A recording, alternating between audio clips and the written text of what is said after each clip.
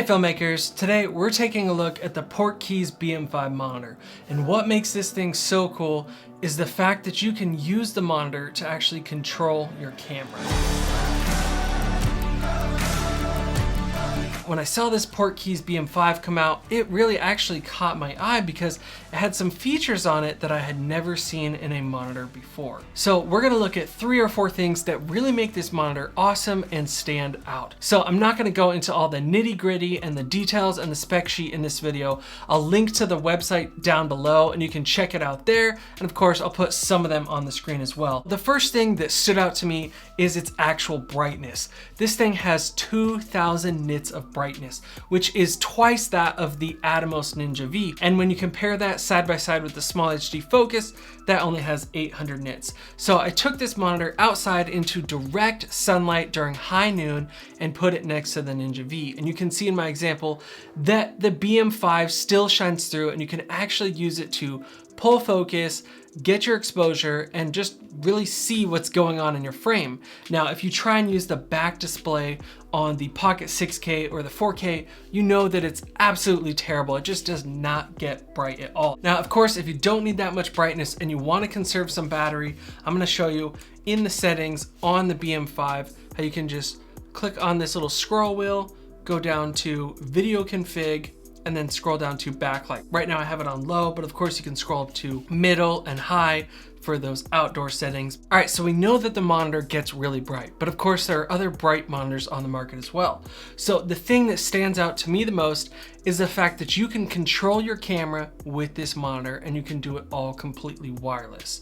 Now, this is specifically set up right now for the Blackmagic Pocket Cinema Camera 6K and 4K. That's what it works best with. I did get a cable from them to control the Sony A7 series, but I didn't find that it worked very well. I guess there are some limitations from Sony in what you can actually do. So in order to control the Pocket cameras, you need this little Bluetooth module on the back. Now you can get the monitor without it or you can buy it with it. Now this little Bluetooth piece is $99 and it's actually really easy to mount as well. There's only 2 screws. You just screw them into place and then plug in the LEMO cable that comes with it.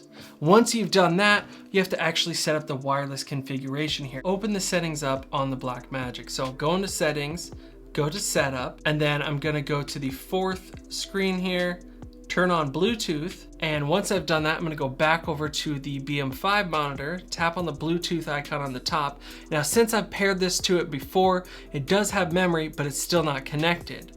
So I'm going to tap on that and there we go. It's popping up with the pairing code now. So I'm gonna enter this 6-digit pairing code.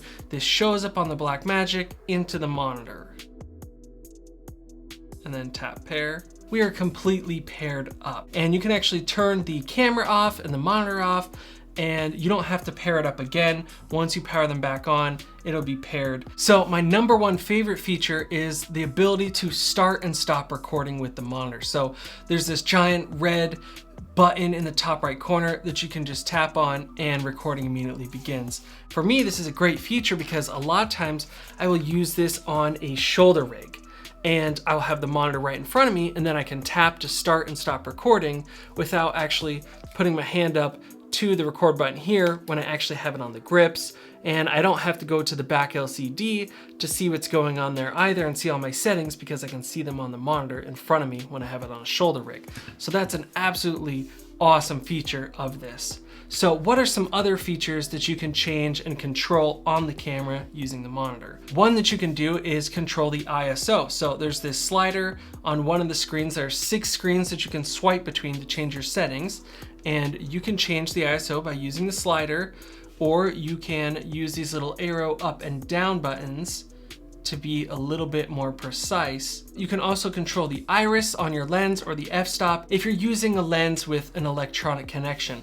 I'm using the Rokinons, which are completely manual, so I just have to change the f-stop on the actual ring here. Swiping over, let's get into the white balance settings. So again, you have these nice sliders and I can slide over. Let's say I go out into daylight, I can put this at 5600, or if I'm going back inside to tungsten, I can swipe over to that. You can also use these little buttons or presets at the bottom to go into daylight, tungsten, fluorescent. You can use this to change focus. So again, if you're using a camera with autofocus on it and electronic focus, you can actually move the slider along here and that'll control the focus. Now, I really haven't played with that much and tested it to its full ability because I'm using manual lenses. So I'm gonna swipe over to the next screen here where you have more control settings and you can set up A and B points.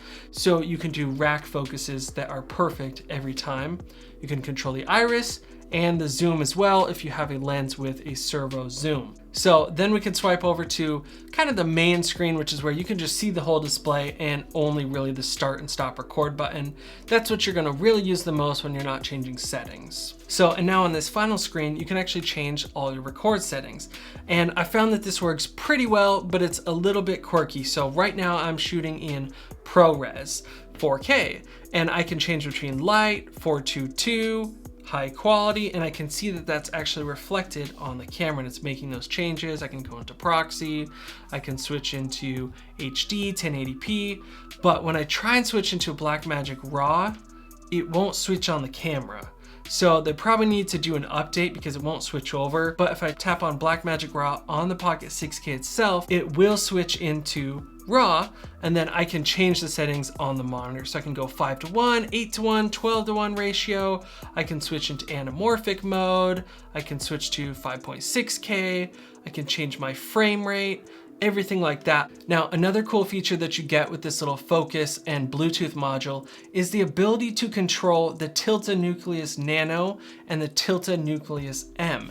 Now, I haven't used it personally, but there is an out port here on the back where you can plug this directly into the motor for the Nucleus N and the Nucleus M, and that will allow you to control the focus motor. This monitor is really impressive. It's made of almost complete metal, and it has kind of almost like this skeleton metal framing around everything. So the buttons are all bezeled in, and they don't actually, none of them actually stick up, so they're not gonna get caught or broken off or something when you throw this into a bag or a Pelican. They're all recessed. Now, because it is made of almost complete metal, it's naturally heavier than something like the Small HD Focus.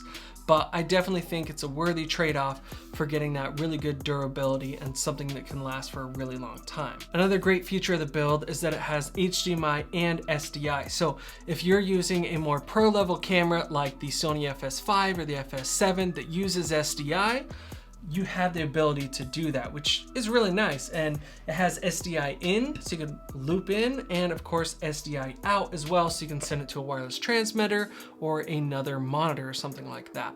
Now, one downfall of this is that it only has HDMI in, but no HDMI out. I'm not sure why they did that, but I do find that is a little bit of an issue for me because a lot of times I am using a wireless transmitter and I'm usually sending that signal by HDMI, not SDI. There's a headphone jack on there if you need to monitor your audio, and there's a USB port also so that you can plug in LUTs and 3D LUTs and get them all loaded up and saved to the monitor. So if you want to mount this monitor, there's a 1/4 thread on the top and on the bottom. There's none on the sides or anywhere else, but I found that those really are sufficient for my needs. Now, when you purchase the monitor, it does come with this nice little hard shell carrying case, and it's nicely padded. So I think that's a great feature.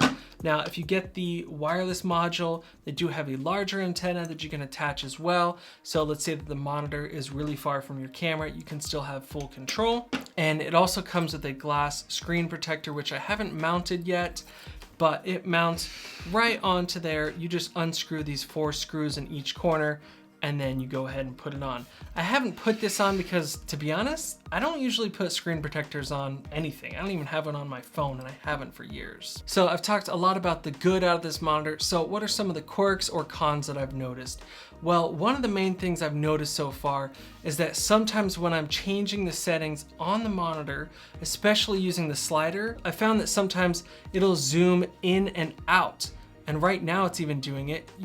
Let's see if you can see it on this top screen, but I'm moving the slider and it's also moving the display around as if I zoomed in or out, and now it just popped back out. So there's kind of a quirk there, and it doesn't always happen, but it's just usually when I'm using those sliders. Of course, you can just pinch to zoom back out and get the full display there. Hopefully they'll fix that in a future update. Another thing that I noticed is that the battery life on this seems to get sucked up a lot quicker than any of my other monitors. And I think that's because of the Bluetooth module on the back, because it's constantly communicating with the camera itself, and I think that's just taking up more energy. Overall, I've been very impressed with this monitor, and the fact that you can use it to actually control your camera is just awesome. It's the first of its kind, at least that I've seen and used, and I've been very happy with it. So if you're interested in checking it out and learning more about it, definitely check out the link in the description below. And I do want to say thanks to the guys over at Portkeys for sending this out for review. Guys, if you want to see more videos like this, gear reviews, lighting, shooting, editing, everything like that,